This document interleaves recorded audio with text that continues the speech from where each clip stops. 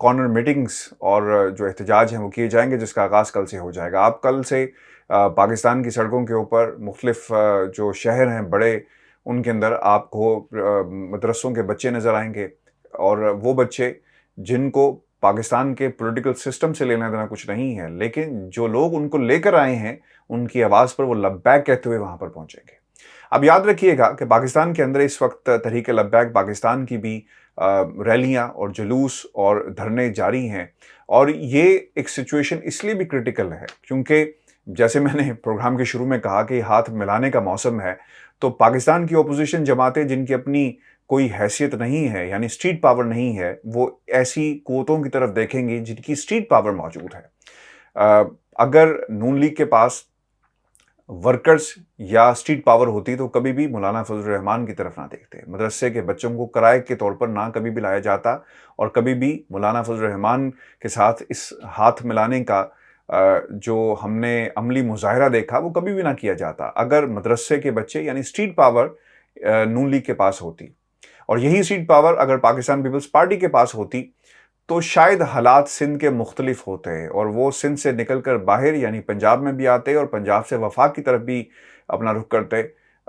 حکومت کو tough time دینے کے لیے۔ لیکن ان دونوں جماعتوں کے پاس اسٹریٹ پاور آپ کو نظر نہیں آئے گی، اس لیے دوسری جماعتوں کی طرف دیکھا جا رہا ہے، اور اس میں تحریک لبیک پاکستان کا پلیٹ فارم کو استعمال کیے جانے کا خدشہ ہے۔ اور اگر ان جو اپوزیشن کی جماعتیں ہیں، اگر یہ تحریک لبیک پاکستان کے کسی بھی کارکن سے یا کسی بھی عہدیدار سے یا کسی بھی پلیٹ فارم پر جا کر ایک تقریر کر دیں تو یقیناً یہ مشکل ہو جائے گا، لا اینڈ آرڈر کی سچویشن بھی پاکستان میں پیدا ہو سکتی ہے۔ تحریک لبیک پاکستان کا ایک اپنا مقصد ہے، ایک اپنے مشن کے تحت وہ نکلے ہیں، لیکن سیاسی جماعتیں ہاتھ ملانے کی بھرپور کوشش کر رہی ہیں تحریک لبیک پاکستان سے بھی، تاکہ پولیٹیکلی مائلیج حاصل کی جا سکے، چونکہ بچے لوگ عوام سڑکوں پہ آلریڈی موجود ہے۔ کیا پتہ لگتا ہے کہ آپ یہ کہیں کہ یہ نون لیگ کا ورکر ہے، یہ پاکستان پیپلز پارٹی کا ورکر ہے، وہاں پر صرف ایک نعرہ ہوگا کہ جناب یہ پاکستان کی عوام ہے جو عمران خان کو گھر بھیجنے کے لیے میدان میں آئی ہے۔ یاد رکھیے گا ویورز، یہ تمام لوگ دن کے اجالے میں یا رات کی تاریکی میں ہاتھ ملانے کی کوشش کریں گے، لیکن ایک شخصیت کبھی بھی ہاتھ نہیں ملائے گی، اور اس شخصیت کا نام ہے عمران خان۔ حالات چاہے جیسے بھی ہو جائیں، عمران خان نے کبھی بھی کسی سے ہاتھ نہیں ملانا، اور اس وقت پاکستان کے سیاسی منظرنامے کے اوپر ان کے اعلی کار آپ کو ٹی وی پروگرامز کے اندر ہی کہتے ہوئے نظر آئیں گے، جس میں صحافی بھی شامل ہیں، اور اس کے علاوہ سیاستدان تو یہ بات کرتے ہی ہیں، جیسے حسن اقبال نے بھی یہ کہا کہ جناب مائنس عمران خان کیا جائے اور ایک کنسنسس پیدا کیا جائے پاکستان کی سیاسی جماعتوں کے درمیان کہ وہ ایک پلیٹ فارم پر اکٹھی ہو جائیں، متحد ہو جائیں، اور پھر ان ہاؤس تبدیلی جب آئے گی تو پھر ہم اپنے معاملات کو مل کر جو ہے وہ کسی کنارے پر لگا دیں گے۔ لیکن عمران خان کو ہم کسی صورت قبول نہیں کریں گے۔ ایسے خواب جو ہیں وہ حسن اقبال صاحب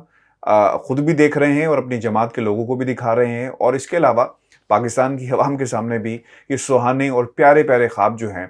وہ بیچے جا رہے ہیں احسن اقبال جیسے لوگوں کی شکل میں۔ اور دوسری طرف آسمہ شرازی صاحبہ ایک پروگرام میں آج شاہزیب خانزادہ کے ساتھ بات کر رہی تھی کہ کوئی بری بات نہیں کہ تمام سیاسی جماعتیں اکٹھی ہوں اور مل کر بیٹھیں، اور اگر ایسی کوئی موومنٹ آتی ہے جس میں کنسنسس پایا جائے گا، پاکستان پیپلز پارٹی کا نام لیا گیا قائرہ صاحب کا حوالہ دیتے ہوئے، اور دوسری طرف احسن اقبال کا اور پھر نون لیگ کا، کہ ایسی موومنٹ اور ایسی وائبز آ رہی ہیں دونوں جماعتوں کی طرف سے، خصوصاً نون لیگ کی طرف سے، کہ ہمیں ان ہاؤس تبدیلی کی طرف جانا چاہیے، اور اگر فیوچر میں جس طرح آسمان شرازی نے دعویٰ بھی کیا کہ اگر کوئی ان ہاؤس تبدیلی یا تحریک عدم اعتماد آتی ہے تو ان دونوں جماعتوں کا آپس میں کنسنسس ہونا بہت ہی ضروری ہے۔ تو یہ اعلی کار ٹی وی چینلز پر کھڑکیوں میں بیٹھ کر اس قسم کی بات کر رہے ہیں، اپوزیشن جماعتیں کہہ رہی ہیں، یعنی ہاتھ ملایا جا رہا ہے، اور ہاتھ ملانے کی یہ ایک سازش کی جا رہی ہے عمران خان کے خلاف، بلکہ میں یہ کہوں گا کہ یہ پاکستان کے خلاف سازش ہے۔ آپ اپنے دل پر ہاتھ رکھ کر یہ بات بتائیں مجھے کہ سیاسی ورکرز کے علاوہ کبھی کوئی احتجاج پاکستان کی عوام نے کیا؟ کبھی کیا ایسا ہوا کہ پاکستان کی عوام خود مہنگائی کے خلاف اٹھ کے سڑکوں پر آ جائے اور کہے کہ جناب اس حکومت کو گھر جانا ہے؟ لوگوں کو، ورکرز کو پیسے دے کر کھیمے والے نانوں پر اور بریانی کے ڈبوں پر بلایا جاتا ہے۔ اور یہی حقیقت ہے ہماری سیاست کی۔ پی ڈی ایم میں شامل جماعتیں احتجاج تو کرنے چاہ رہی ہیں، لیکن دوسری طرف پاکستان پیپلز پارٹی کا لائے عمل بھی سامنے آیا۔ انہوں نے کہا کہ ہم بھی اپنے احتجاج کو جاری رکھیں گے، اور وقت پڑنے پر ویورز یاد رکھیے گا یہ قوتیں اکٹھی ہوں گی اور پھر سے ہاتھ ملانے کے لیے آگے بڑھیں گی۔ جب جب انہیں ضرورت پڑتی ہے یہ ہاتھ ملا لیتے ہیں، اور یہی سلسلہ جاری ہے۔ اور لندن میں خاموشی ہے، مکمل خاموشی ہے۔ نواز شریف صاحب کا ٹویٹر اکاؤنٹ مکمل بند ہے، کوئی بیان جاری نہیں کیا جا رہا، اور حالات کو دیکھا جا رہا ہے، استعمال کیا جا رہا ہے کہ کس طرح ان حالات کو ٹوسٹ کیا جائے اور اپنے مقاصد کے لیے استعمال کیا جائے۔ ہماری اطلاعات کے مطابق شہباز شریف صاحب نے اسلام آباد میں کوشش کی کہ وہ طاقتور حلقوں سے مل سکیں، یعنی آرمی چیف سے ان کی ملاقات ہو سکے، لیکن ملاقات نہیں ہوئی۔ یہ پیغام بھی پہنچانے کی کوشش کی گئی کہ جناب ہم ملنا چاہتے ہیں، اور یہ موقع جو ہے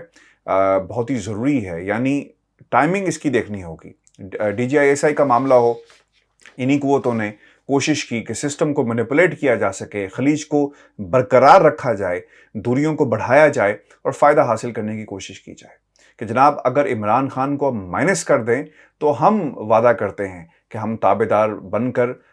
پاکستان میں رہیں گے۔ اس کے لیے صرف ہمارے کیسز کو ختم کر دیا جائے، ہمارے اوپر جو نااہلی کی تلوار لٹک رہی ہے، عدالتوں سے فیصلے ہماری مرضی کے آ جائیں، تاکہ ایک بار پھر ہم سسٹم میں انجیکٹ ہو جائیں، اور پھر جیسے آپ کہیں گے ہم کرتے رہیں گے۔ تو اس قسم کی آفرز جو ہیں شہباز شریف صاحب ہاتھ میں لیے، ہاتھ ملانے کی درخواست اور عرضی کے لیے آگے کوئی راستہ تلاش کر رہے ہیں، جو انہیں راستہ نہیں مل رہا۔ ویورز، جنرل ندیم انجم کی ملاقات پرائم منسٹر پاکستان سے ہو گئی ہے، اور بہت جلد ہماری اطلاعات کے مطابق نوٹیفیکیشن جو ہے وہ جاری کر دیا جائے گا، اور یہ بہت ہی امپورٹنٹ ٹائم ہے۔ وہ لوگ جن کی خواہش تھی کہ دوریاں بڑھیں، انہیں منہ کی کہانی پڑی، اور اب دوریاں نہیں بڑھیں گی۔ ایک اور جو ہماری آج کی امپورٹنٹ خبر ہے، اور یقیناً اس خبر کے بعد ہمیں یہ جانچنا ہوگا کہ ہم کس قسم کا نظام چاہتے ہیں پاکستان کے اندر۔ ایف اے ٹی ایف کا معاملہ اوبویسلی اوور دا ایئرز بہت ہی امپورٹنٹ رہا ہے، اور اب جو عمل درآمد کے حوالے سے جو بات کہی گئی ہے، پاکستان کو برقرار رکھا گیا ہے گرے لسٹ کے اندر، لیکن ہم نے جو مطالبات تھے، جو تقاضا کیا گیا تھا پاکستان سے، اسے پورا کیا۔ میں کچھ امپورٹنٹ لائنز آپ کے سامنے رکھ دیتا ہوں، جو پوائنٹس ہیں، اور اس کے بعد ہم اس پر بات بھی کر لیں گے۔ ایف اے ٹی ایف کا پاکستان کو 2022 فروری تک گرے لسٹ میں برقرار رکھنے کا اعلان۔ ایف اے ٹی ایف کا ایکشن پلانز پر پاکستان کے عمل درآمد پر اطمینان کا اظہار کیا گیا، اور 2021 میں ایکشن پلان کے 7 میں سے 4 نکات پر عمل درآمد مکمل کر لیا گیا، اور F A T F action plan کے بقیہ 3 نکات پر طے شدہ وقت میں عمل درآمد مکمل ہو جائے گا۔ اچھا، اب اس میں تھوڑا سا تضاد ہے۔ بعض لوگ یہ کہہ رہے ہیں کہ 2 نقطے ایسے ہیں جن پر عمل درآمد نہیں ہوا، یعنی کچھ ایسی آرگنائزیشنز تھی جن کو بین کرنا تھا، امریکہ کی طرف سے پریشر ہے، انہیں بین نہیں کیا گیا، اور دوسری طرف جو بات کہی جا رہی ہے وہ یہ ہے کہ منی لانڈرنگ یہ ایک ایسا ناسور ہے جو پاکستان میں اوبویسلی کئی دہائیوں سے موجود ہے، اس کو آئیڈینٹیفائی نہیں کیا گیا تھا، اور اب ایف اے ٹی ایف نے جب اسے آئیڈینٹیفائی کیا گیا، یعنی منی لانڈرنگ کے تحت جن لوگوں کو سزا ہوئی، نہیں ہوئی، کتنے لوگوں کو سزا ہوئی، اس حوالے سے ایک جامع حکمت عملی پیش کی جانی ہے۔ لیکن کردار کو پاکستان کے سراہا گیا ہے ایف اے ٹی ایف کی طرف سے، اور اس کی جو ہے وہ پذیرائی بھی کی گئی ہے۔ دوسری چیز آپ کو بتاتے چلیں کہ جو اس میں مزید پوائنٹس جو ریز کیے گئے، ایک تو منی لانڈرنگ ہے، دہشت گردی کی مالی معاونت سے متعلق اب تک کے اقدامات کا جائزہ لینے کے بعد جو باتیں مزید کہی گئی کہ پاکستان کو آئندہ سال فروری تک گرے لسٹ میں برقرار رکھا جائے گا، اور انہوں نے پاکستان کا شکریہ بھی ادا کیا۔ اور آپ کو یہ بتاتے چلیں کہ اس میں سے جو فائنینشیل ایکشن ٹاسک فورس ہے، جب ان کا اجلاس ختم ہوا تو یہ بتایا گیا کہ 27 میں سے 26 اہداف کو جو ہے وہ پورا کر لیا گیا ہے۔ ویورز، بڑی کوشش تھی، اور مختلف پلیٹ فارمز کے اوپر یہ بات بھی کہی جاتی رہی کہ ایف اے ٹی ایف میں اس حکومت کو ذمہ دار ٹھہرایا گیا، لیکن اس حکومت نے اپنے جو اہداف تھے انہیں پورا کیا ہے، اور جو باقی اہداف رہ گئے ہیں، یعنی اس کے اندر بھی بہت جلد ہمیں کام ہوتا ہوا نظر آئے گا۔ لیکن میرا جو کنسرن ہے وہ منی لانڈرنگ ہے۔ جب تک پاکستان میں سے پیسے کو روکا نہیں جائے گا، اور پیسہ جو باہر پارک کر دیا جاتا ہے، پاکستان کے حالات اسی طرح رہیں گے، لوگ بھوک سے اسی طرح مرتے رہیں گے، یعنی غریبوں کا پیسہ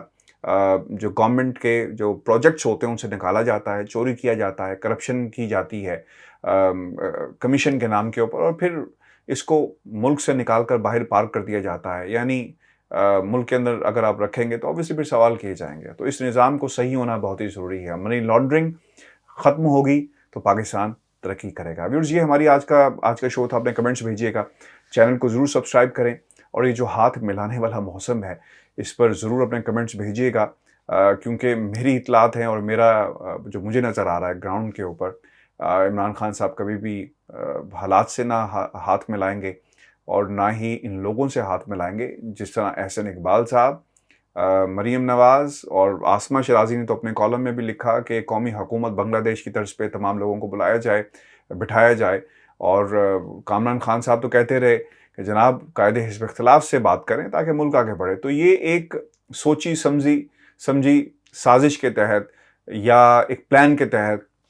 یہ لوگ اس میدان میں ہیں, جہاں سے کوشش یہ کی جا رہی ہے کہ کسی طرح کیسز پر مٹی ڈال دی جائے اور آگے بڑھا جائے اور عمران خان کو مائنس کر دیا جائے, جو کبھی نہیں ہوگا. اپنے کمنٹس بھیجیے گا, چینل کو سبسکرائب کریں. اجازت دیجیے, اللہ نے کے بعد.